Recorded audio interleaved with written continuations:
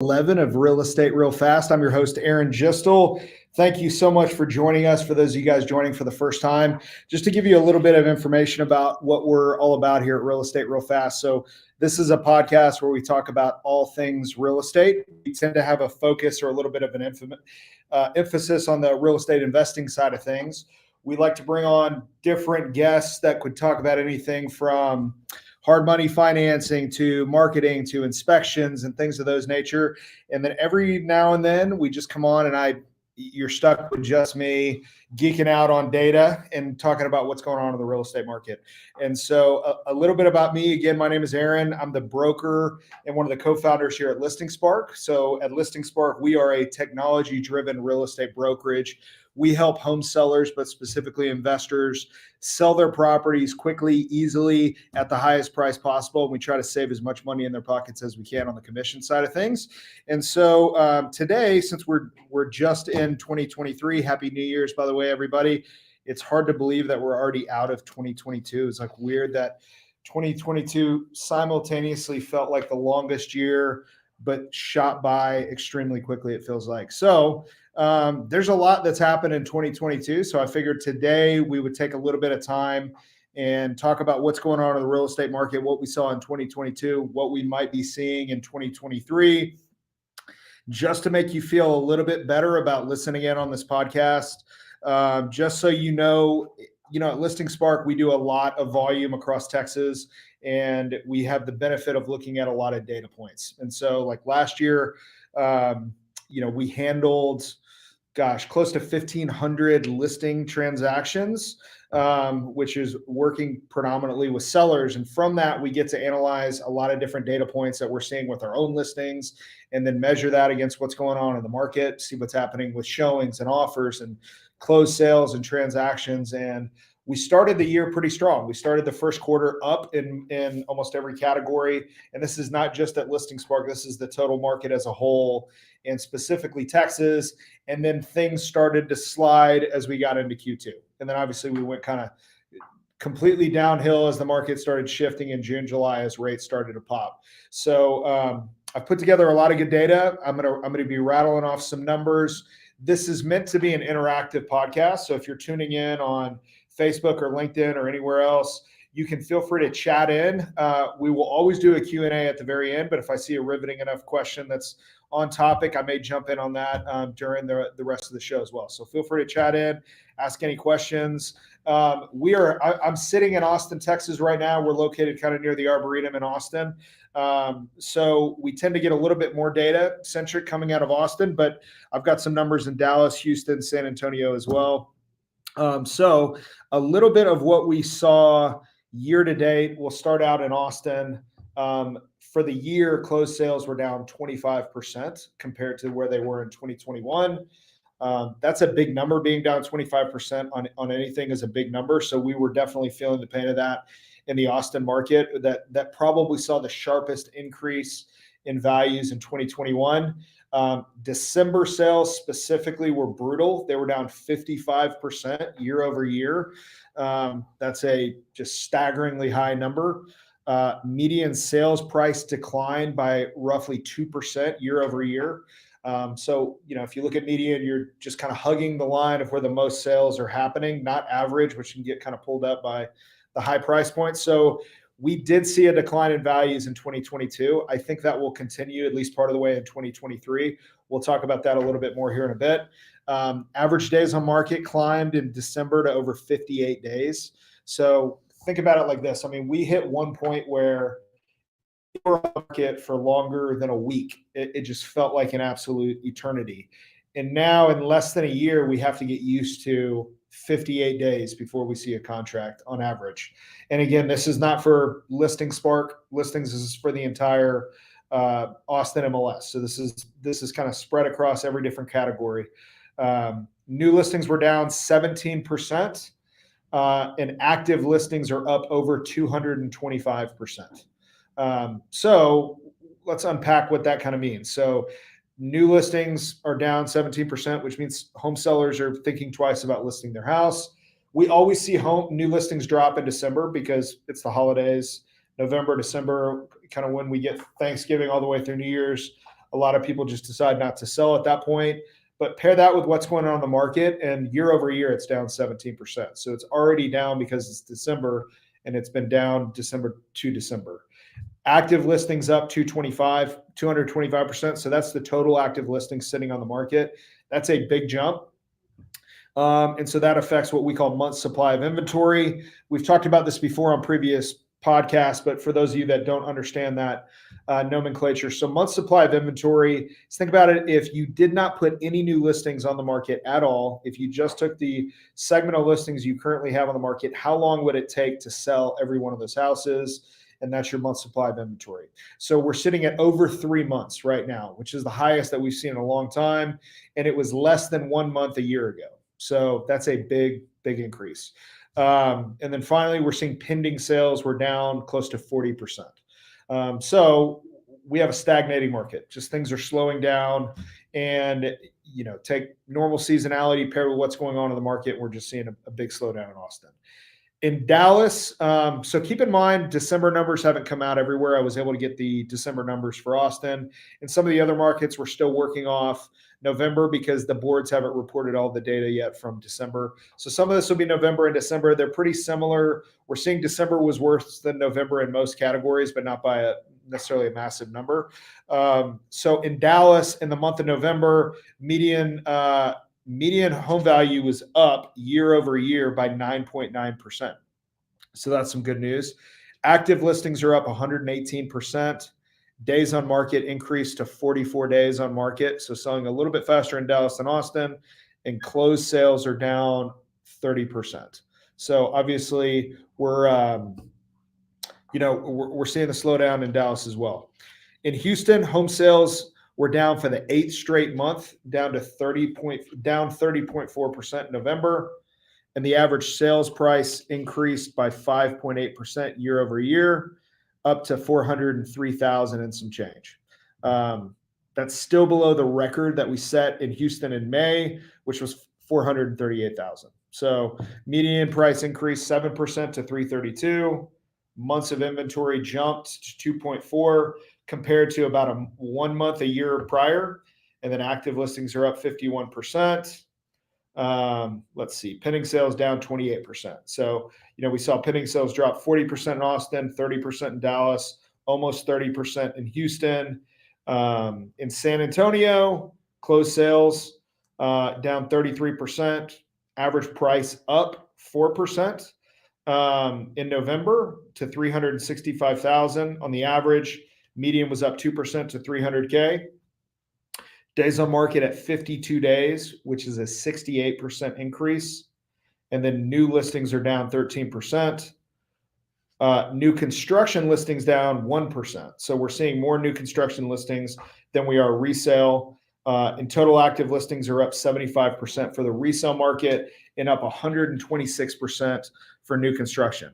So that was the month of November. We were able to get some year-to-date data for San Antonio. And so closed sales were down a total of 11% year-to-date in San Antonio. And the average sales price was up 11% to $379,000. And the median was up 13% to $320,000. So what I think is extremely interesting there, and we're going to talk a little bit about that later, is that even though 2022 was a brutal year for a lot of people, especially in San Antonio, we still saw double-digit increase in values on the average and the median. So that's good news. I would say San Antonio didn't quite see the same run-up in values in 2021 that we saw in Austin, and they probably didn't quite see the same amount in Dallas either. And so that is one thing that is going to affect what is happening to home values, is how sharp was the run-up in 2021, and that tends to be an indicator on how sharp the decline is going to be starting in 2022 and carrying into 2023. So let's just talk a little bit about an overall market discussion. So inventory. Right now, over 85% of homeowners are paying mortgage rates that are below 5%, meaning they bought when the rates were really, really low.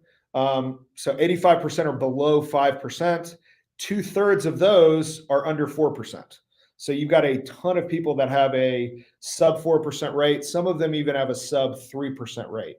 So, what that means is, and the big difference between where we are now and where we were in 08 and 09 for those that owned a home or were kind of in the market while they were going through that, nobody had a 3% interest rate in 2008 or 2009. Chances are it was somewhere between 6 and 7, sixes and the sevens. And so, you didn't have this big driver to keep you in your house because, right now, anybody who's sitting on a 3.5, 2.9% interest rate, I think it's pretty safe to say they're never going to get that rate again, or it may be a very long time. I think the Fed is going to learn its lesson and kind of understand what happened by keeping rates so artificially low for so long. And I just doubt we're ever going to get there again. So, people are clutching onto that interest rate for dear life. So what's that mean? It means people are delayed moving, right? We call that the lock-in effect. So essentially they're locked into such an amazing rate. They need an incredible level of motivation or just something. Let's say it's time to trade up. They have to just be getting such a great deal on the next house they're going to get rid of that rate and jump into a 6.5% rate. So we're going to see it until rates move kind of in the lower fives or even below fives, or we see prices adjust a lot. That lock-in effect is going to probably curb the amount of inventory that's coming to hit the market. So just people with low rates just simply aren't moving. So a lot of the listings that we have right now on the market are new construction and investor listings. So who are the people that have to sell a house? The ones that are doing it for profit. So they're either building a house or they're flipping a house. And those are the ones that are going to consistently churn and see come into life back on the market. And so a lot of the listings that you're going to see are either going to be new construction, they're going to be flips, or they're going to be people that are in a position to where they either have to move because of a job change, a life event like divorce, something like that, or they're distressed. And now they're in a spot where they just can't hang on any longer. It doesn't matter what rate they have. They got laid off. They have to sell. So we're kind of in that spot where those types of listings are what are going to really cannibalize the inventory that are on the market. Price declines is the big topic of discussion. Are prices falling? Are they going to continue to fall? Where do we think they're going to land? So in short, yes, the prices are falling. We're seeing price drops in every MLS by the hundreds every week. And so, I think we lived in a world all through the later 2010s where if you had to drop your price, you just fundamentally had done something wrong with your listing because every house should sell whatever the price you had. And we actually went an entire year where the average list price to sales price ratio in 2021 was above 100%. So that meant on average, everybody sold their house for over their list price. Nobody had to do a price drop. That is not the case anymore. It is now becoming the norm to drop your price. We're getting to the point where close to 50% of homes are doing a price drop in order to sell. It's a good thing that that's becoming more normalized because that's what happens in a balanced market. You list it at a price, you have different pricing strategies. Maybe you want to test the market and see what's going on. It's going to take you a little while to sell, and then you do a price drop to try to entice some more activity. Other people will say, I'd rather price it low and drive as much activity as possible and not have to do a price drop. The point of that is you can have a flexible strategy and there's different ways to do it.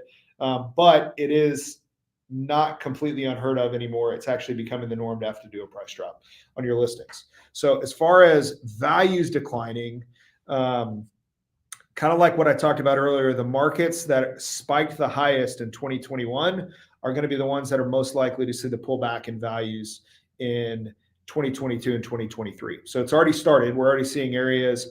Austin has already seen on average homes fall in 2022. It was somewhere kind of in the 2 to 3% range on average. In certain pockets, it was probably already above 10%. I think we should expect, especially in Austin and some of the other markets, throughout 2023, we shouldn't be shocked to see 10%, maybe even a 15% average fall in values. And in certain areas, in certain pockets, it's going to get into 20 to 25%. It could even go higher than that. And so does that mean the sky is falling? No, it doesn't. Because what we have to look is in context, understand what that means. So it's falling from its peak, which happened in 2021, where in certain markets, values went up 20 to 30%. So if your home value went up 30% in 1 year and then it fell 15% the next year, if you bought your house in 2020 or before, your home is still 15% higher, maybe 20% higher than it was when you bought it. So you're still at a W, you just didn't sell at the peak. It's almost impossible to time the market exactly, so don't beat yourself up. We hear that all the time from all of our sellers, like, oh, if I would have just sold at this time, yes, you would have hit the peak and you probably would have been a little bit happier. But then if you were trading up and moving and buying another house, you probably would have overpaid for that next house. So there's always a trade-off.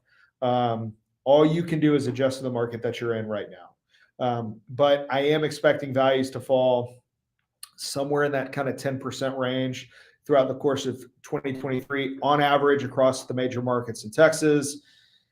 Higher price points in other pockets that are taking a bigger hit, it could be higher than that. So just, you need to watch your localized market. Real estate is hyper local. You know, you're gonna see percentages that are statewide or metro wide, but your area, your market is going to be what really dictates what happens with your home value. So just keep an eye on that. Things that affect that are, are you in an area that is full of new construction? And are the new homes dropping their price at a rate that's more rapid than the resales? That's gonna have a big effect on resales, things like that. So keep an eye on your very hyper local market. That's what's going to dictate your value. Foreclosures are also questions I get all the time. Are we going to see more foreclosures? So we're starting to see a little bit of a rise in the foreclosures, but the dam certainly hasn't busted yet. And so, when we look at foreclosure rates, it's tied really, really closely to unemployment rates. So unemployments were pretty flat from like November to December. I think we're sitting at 3.7%, which is still pretty relatively low. And so when we start to see the unemployment rate, I think everybody thinks the unemployment rate is going to go up. We're starting to see companies downsizing or doing hiring freezes, pulling people back into the offices who may have already moved. I think we will see the unemployment rate go up. And when we see the unemployment rate go up, we're going to inherently see the default and foreclosure rate go up. They're just fundamentally tied together. Historically, we find that nobody ever moves fast enough in their situation. So what I mean by that is, if you lose your job, you're not able to find one right away. Maybe you think you're going to get picked up at a new place right away, and you don't move fast enough to sell your house. You think you're going to find a way to keep it, or you're going to be able to borrow your way out of it, or something happens. And then ultimately you miss a couple payments, you get your foreclosure notice, and it's not 2021 where you can put your house on the market and it's under contract with multiple offers in a week. Now, average days on market is 58 days. And then it takes another month or 45 days to close, and the bank's not going to wait for you. So what tends to happen a lot is you see a lot of homes that get foreclosed on that have equity, and the seller just waited too long and couldn't come to grips with the reality of the situation that they were in, and then they end up in a tight spot.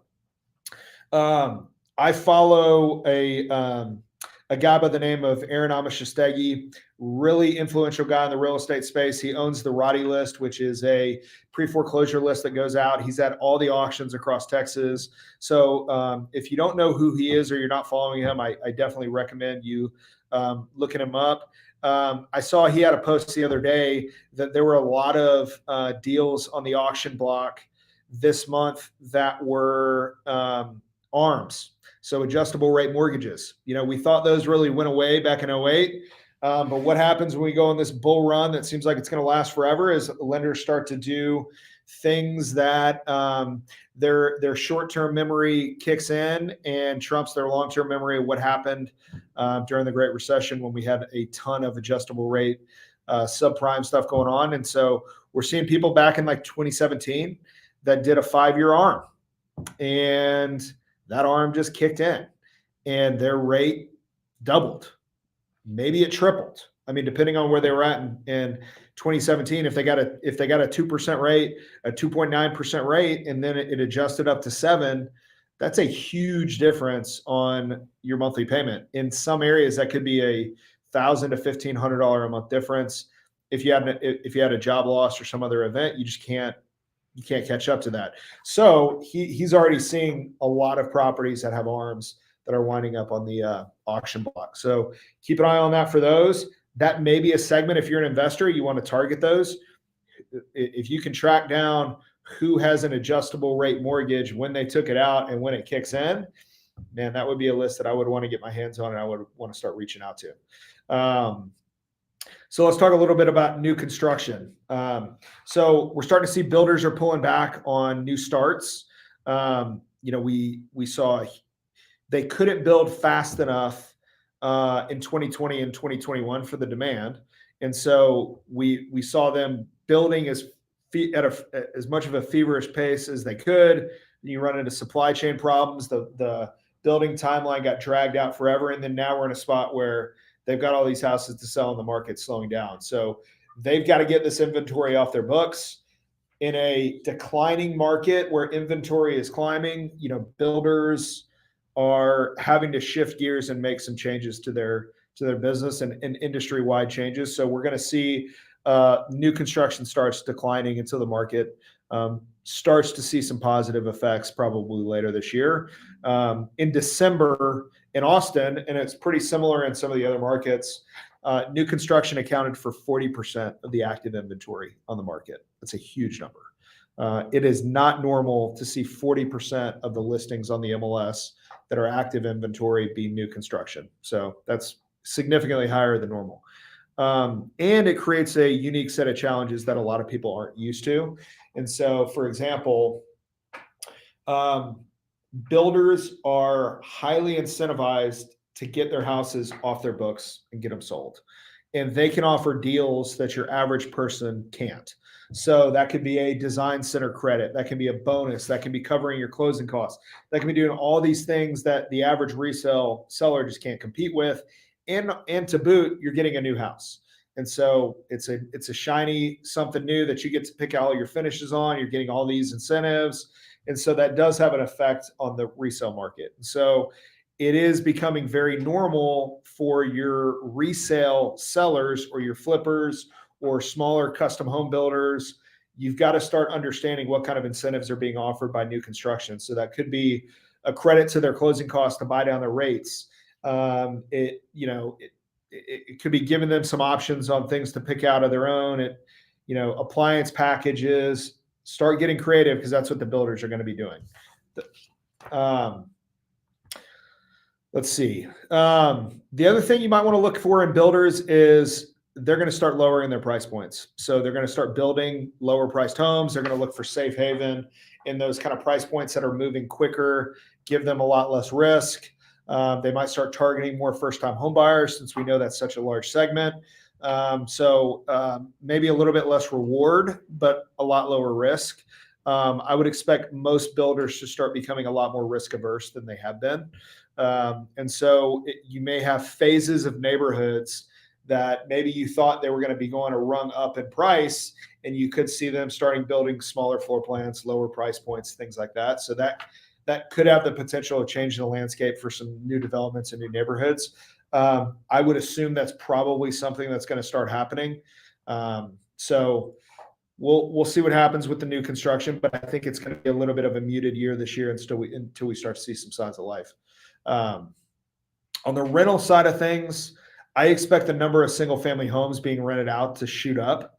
And there's a lot of different reasons for that. So if people have to relocate for their job, and again, they're at a 3% rate, they don't feel great about what their home is going to sell for, and they don't need the cash, they probably would just rent it rather than sell it. Keep it as a long-term investment, turn it into kind of part of your long-term wealth portfolio. I just think we're going to see more people that are not selling because they just don't want to sell right now as prices are declining and they have a great rate. So they're going to start leasing it out. So I do think we are going to see more people renting, and I don't think we're going to see a huge increase in rental prices. because I think supply is going to keep up with the demand. I think we're going to have more people renting, and I think we're going to have more people that are bringing homes or duplexes or whatever to market to compensate for that increased demand, especially in the younger generation that's extremely priced out from purchasing a home. They're going to be looking to rent. I mean, there's going to be markets right now. I mean, there's chatter that in Austin, if you're in your early 20s, there's a chance you're a lifetime renter if you want to be in the urban core of Austin, because there's just affordability is just not going to allow you to get into that market. You'd have to either go outside into the burbs, relocate, do something like that. And so we're seeing a lot more people that are going to be renting than buying that are in that younger category. So that's probably going to push up the median age of first-time home buyers if affordability issues continue to become a problem. So, we're talking about younger Gen Y and millennials. So right now, roughly 14% of all home buyers are at a median age of 27. That's actually more than I would have thought when I looked up those stats. And over 80% of that 14% are first-time home buyers. So, but it's an entirely different world. I think I was 26 or I was 27 when I bought my first house in Austin. And this was back, it was right after, I think it was in 2009. And I was able in North Central Austin, in one of the best neighborhoods you can find back then, especially now. I was able to get into a house for under $200,000. It was a foreclosure. The bank paid for 100% of my closing costs. And that was when Obama was in office, and we had a first-time homebuyer tax credit of $8,000. So I got into the house for next to nothing, and then I got a check in the mail for $8,000. If all of those things didn't happen, I was not buying that house. I couldn't have afforded it, and it was under $200,000. So you look at right now, you have the median home value in Austin, or the median sales price in Austin is hugging $500,000. In Austin, definitely, you start going out into Williamson County, Cedar Park, Leander, Round Rock, Georgetown, some of those areas, you're still in the fours. So I don't know many 26, 27-year-olds that can afford to pay $500,000 for a house just yet. So affordability is becoming a big issue. It's pushing more and more of the younger generation into becoming renters. At some point, the city of Austin is going to have to figure out affordable housing, not just for the younger generation, but even we're seeing people that have been in careers for a decade or longer that still can't afford to buy a house. So it's incredibly problematic, something that we certainly have to solve. I get asked a lot about the Airbnb market. So I think we're going to see some really interesting stuff happening in the Airbnb market. Possibly not good news. So I'm expecting Airbnb rental prices to start dropping as we move into a full-blown recession. Disposable income, people become a lot more conscious of that. They start getting in saving mode, and they're just not going to be vacationing as much. They're not going to be renting those houses as much. If they do, they may be looking for lower price points. So I do think we're going to start seeing the prices come down. Vacancy is probably getting a little bit longer. And I think we're going to start to see a lot of Airbnb investors just kind of bailing on that vertical altogether as part of their investment portfolio. I think the uncertainty of the future, the stress of management, I think it's going to be a lot for some people to handle. I think you're going to have the pros that have a big portfolio of Airbnbs and they know exactly how to do it, and they're specializing in it and they're really good at it. I think they'll be fine. I think they'll weather the storm and they'll come out the other side, and they'll probably find some amazing opportunities to pick up more of those properties during this and be opportunistic. I think your one-offs that decided not to sell their house and instead Airbnb it out and be the manager of it and try to have some side income, I think it's going to be too much for them to handle. And I think we're going to start seeing them sell off their properties. Very interesting news coming out of Dallas. And so I was reading an article talking about Airbnb specifically in Dallas. And so I'm going to read some of this. This came out just within the last week. So in Dallas, after years of debate and consideration, a decision was made about what to recommend to the Dallas City Council about how to regulate short-term rentals. And the Dallas City Plan Commission members voted 9-4 on Thursday that short-term rentals should be defined as lodging. The vote came at the end of a 9-hour meeting, and if Dallas does define homes rented on platforms like Airbnb and VRBO as lodging, they would then be illegal in neighborhoods that are zoned for single-family and multifamily use.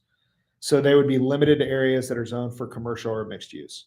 So that would be massive legislation that gets passed in Dallas. Essential making Airbnb illegal in residential neighborhoods. And a lot of that is stemming from people that are living in neighborhoods that have a ton of Airbnbs, and the noise is becoming a problem. What's happening to those properties is becoming a problem. So we're starting to see a ton of pushback. If that passes, if that goes through, you're going to see a tidal wave of people selling their Airbnbs. So they would really only have two options: turn it into a long-term rental, find a renter for 6 to 12 months. Unit economics may not work for that. The profitability may only work on an Airbnb. It may not work on a long-term rental. And so their only other option is bring those to market and sell them. So it'll be interesting. It'll be interesting what happens there. It's definitely, if you're in the Airbnb space or you're in the Dallas area, it's certainly worth monitoring that. And then real quick, especially for all our investors out there, if you haven't been watching what's going on with the iBuyers, the Open Door, the Offer Pad, I think there's going to be massive opportunity in 2023 and beyond. The iBuyers, Open Door, Offer Pad, now defunct Zillow Offers, Redfin wound down their iBuyer program. They scooped up thousands of properties in 2020 and 2021. Thousands of properties that could have sold to local investors. They overpaid for all of them, and that all came home to roost. Open Door in Q3 of 2022 lost $1 billion, $960 something million in one quarter. Zillow lost $1 billion for the year, and they shut down the whole program. Open Door lost $1 billion in a quarter. Over 41% of the homes that Open Door sold in 2022, they sold for less than what they bought them for.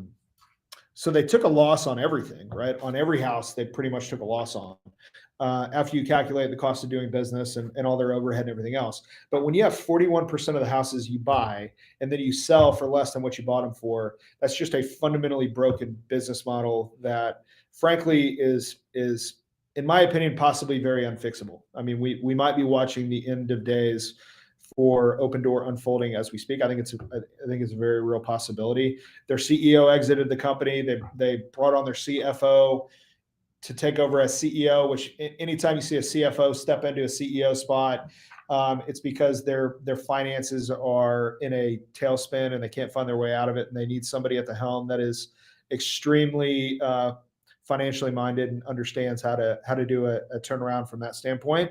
Their stock as of today is down to $1.20. Shortly after they IPO'd, it was at $34 a share. So anybody who ever invested in Open Door stock has gotten absolutely crushed. There's lots of lawsuits already, class action lawsuits about that. So they can't sell stock to get them out of this.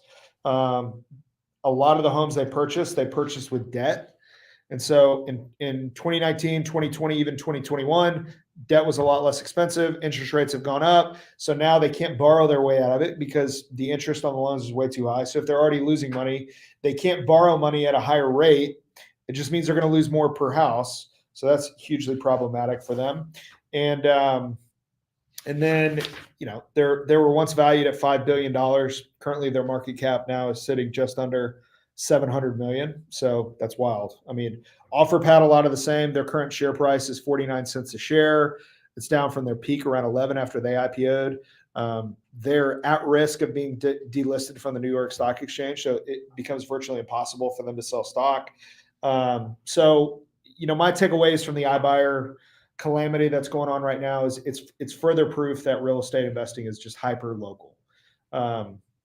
Investors should look at this as a massive opportunity. You just have a vacuum of real estate that is now clogged up and is not going to be taking up any more real estate. And that creates tons of opportunity for local investors.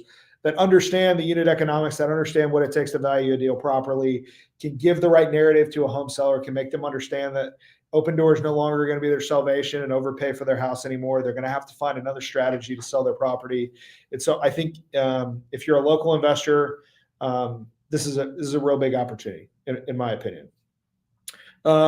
Rates, what are we going to see in 2023 with rates?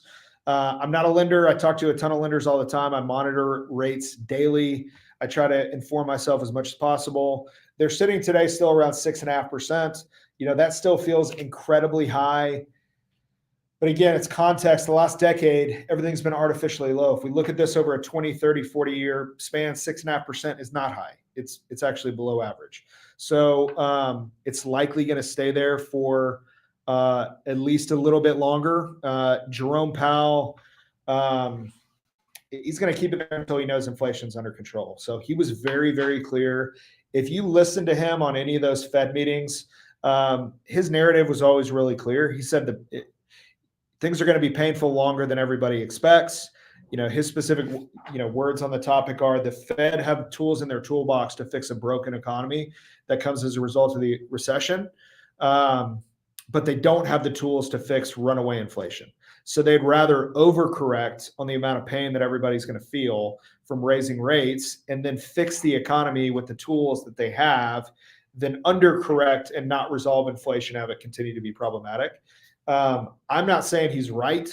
If you ask me personally, I think the Fed waited way too long to raise rates. They did it too late, and now they're having to do it too fast, and it is causing a massive amount of strain on the real estate market, big tech. It's crazy. I mean, even the car market, we're seeing the used car market is dropping faster than the real estate market. So I think the Fed acted way too late. I think they pushed everything too high, too fast. I think they're probably going to do it a little bit longer than they should. And then we'll see a decline when everybody's left to just pick up the pieces of what's left. So I think we're going through a lot of the pain right now, and I think we've been going through it. And I think that is some of the good news is I think we're going to start seeing inflation numbers looking better than they were expecting. I think we're going to see unemployment starting to spike.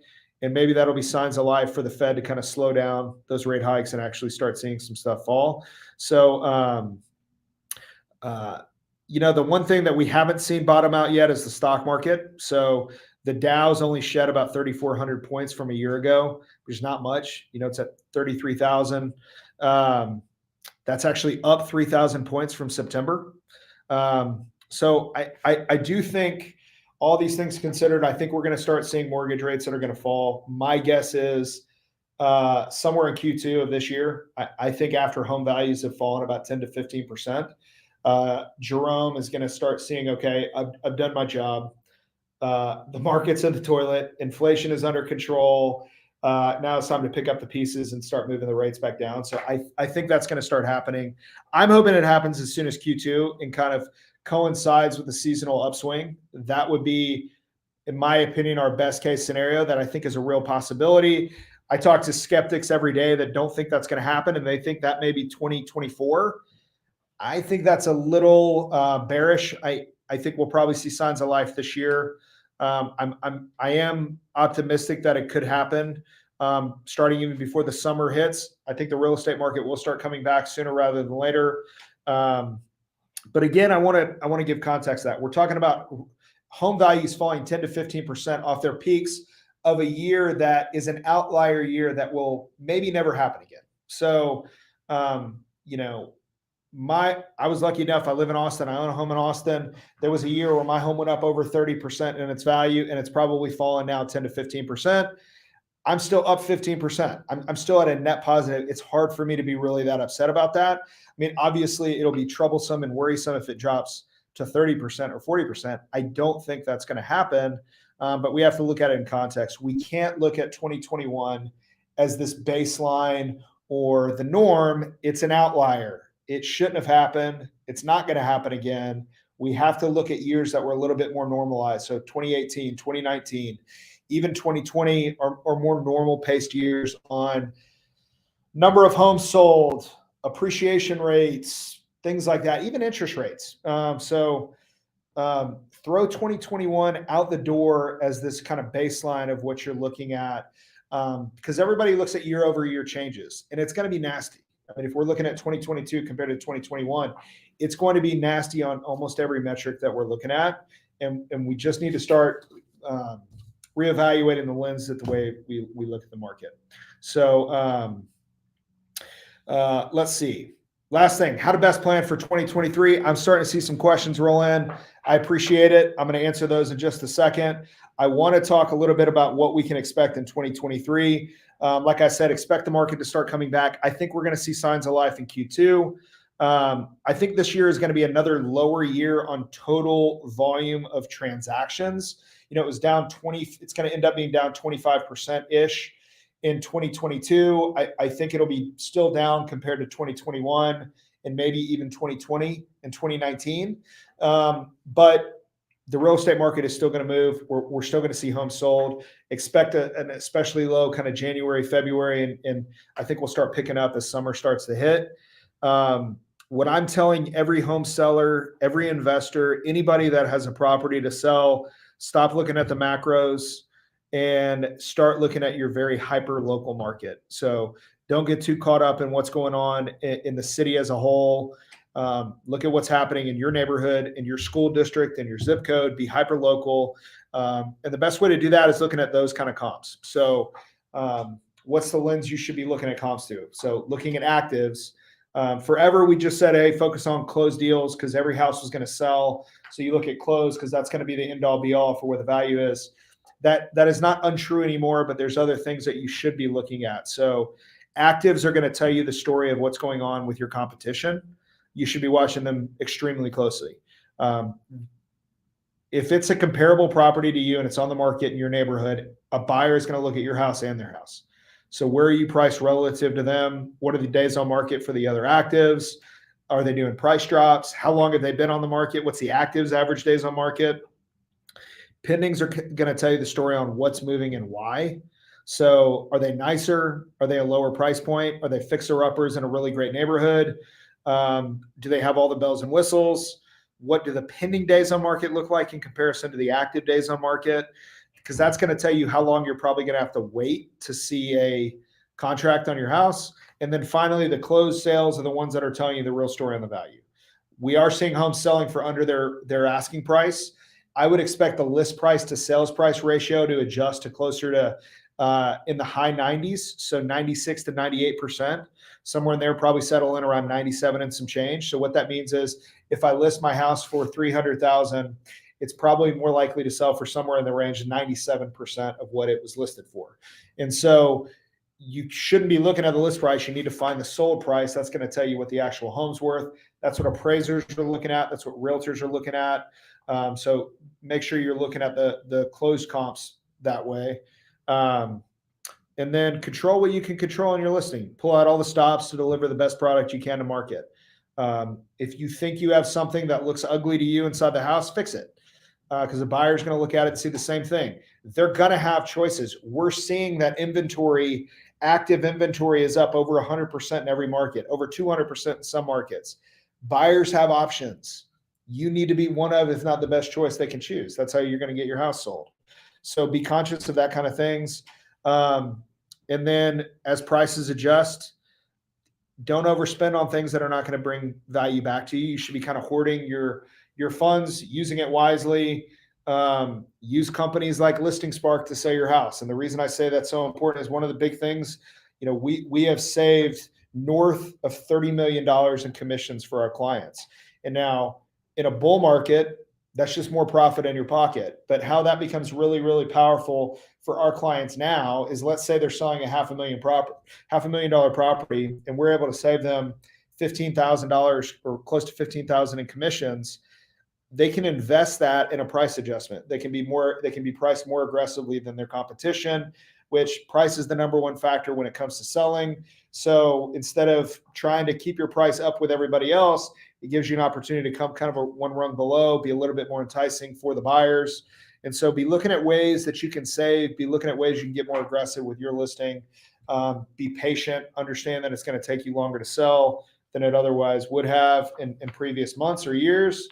And hopefully all of this information gave you guys some great tools on what to do this year. So I can't believe it's been 45 minutes. That's crazy. It's hard to listen to myself talk for that long. So thank you guys for hanging in there with me if you did. Tammy, I appreciate you staying on with us. Okay, I've got a question here. Is the market going to boom again in Q2 if everyone realized the Fed stopped raising rates or even lowering down the rate?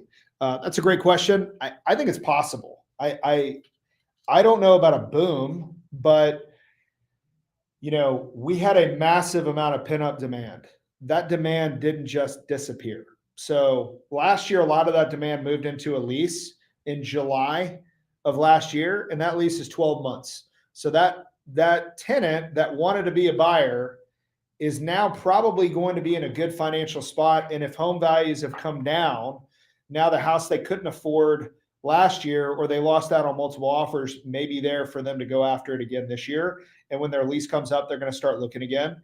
So I don't know if I would quite call it a boom. I think we're just going to see movement back towards a normal trajectory. I think we'll start to see curbing that decline in home values in Q2. I think we could start to see appreciation happening again later this year. And so year over year in 2023, I would expect homes to have stayed flat or lost value. There's a chance that what'll happen is they'll go down 10, 15% in the beginning of the year. And if the market catches fire again, then they could see an upswing and gain back some of their losses. But I think year over year, home values will probably fall this year. But yeah, I think once the Fed stops raising rates and possibly starts lowering them, and the interest rate has a 5 on it instead of a 6, and values have dropped a little bit, I think that's enough for buyers to get off the fence and start buying again. Okay, we got another question here. Is working with a listing agent who only charges 1% commission a good idea? Why or why not? Great question. So right now, real estate agents are struggling. I mean, when sales are down by over 50%, that means there's a lot less coming to market. That means, the number of listings and the ratio paired with the number of agents is all out of whack. So you are going to get a lot of agents that are offering, like, let's say 1% or offering a deal. I think what you really want to be careful on is, are you using somebody that knows what they're doing? In real estate, we know the barriers to entry to get into this industry can be relatively low. Experience is going to be low. There's a big difference between the great realtors and the entry-level realtors. And so anybody can cut their commission to get a deal done, but that doesn't mean they're going to be the best fit to sell your house. Here at ListingSpark, we have a lower fee. That's just what we charge. We're not giving out special deals because we need that business. That's the pricing we offer to everybody. But we have an extremely experienced team that understands strategies and how to help people get their home sold. I'm biased, but I would rather go that route and have a team that, handled over, 1,500 sellers last year than going with somebody that is really struggling to get their business off the ground. So they're kind of cutting their commission and they're not able to invest in their listing. So I think you have to be careful in looking at just price or just what somebody is cutting you a deal on in commission, and look at the bigger picture. What are they going to offer you? What strategies are they going to use to get your home sold? When the stuff hits the fan in the middle of the transaction, can they negotiate the best deal for you? So those are all the things that I would be looking for. So great question. I'm going to hang on for a couple minutes longer if anybody else has any questions. But again, I really appreciate you guys joining. We took a little break over the holidays, but we normally try to push out a new podcast every Wednesday. We go live at 1:00. If you caught us live, thank you for being here. Thanks for hanging out. You can always catch us on Apple Podcasts or Spotify if you didn't get a chance to view live. And man, if you like the podcast and like what you're hearing, smash a 5-star review. We really, really appreciate it. Everything helps. And I think it's about time to sign off. So guys, thank you so much for hanging in there with us. Hopefully this was valuable information for everybody. I hope everybody has a prosperous year. Happy New Year. And we'll see you next week.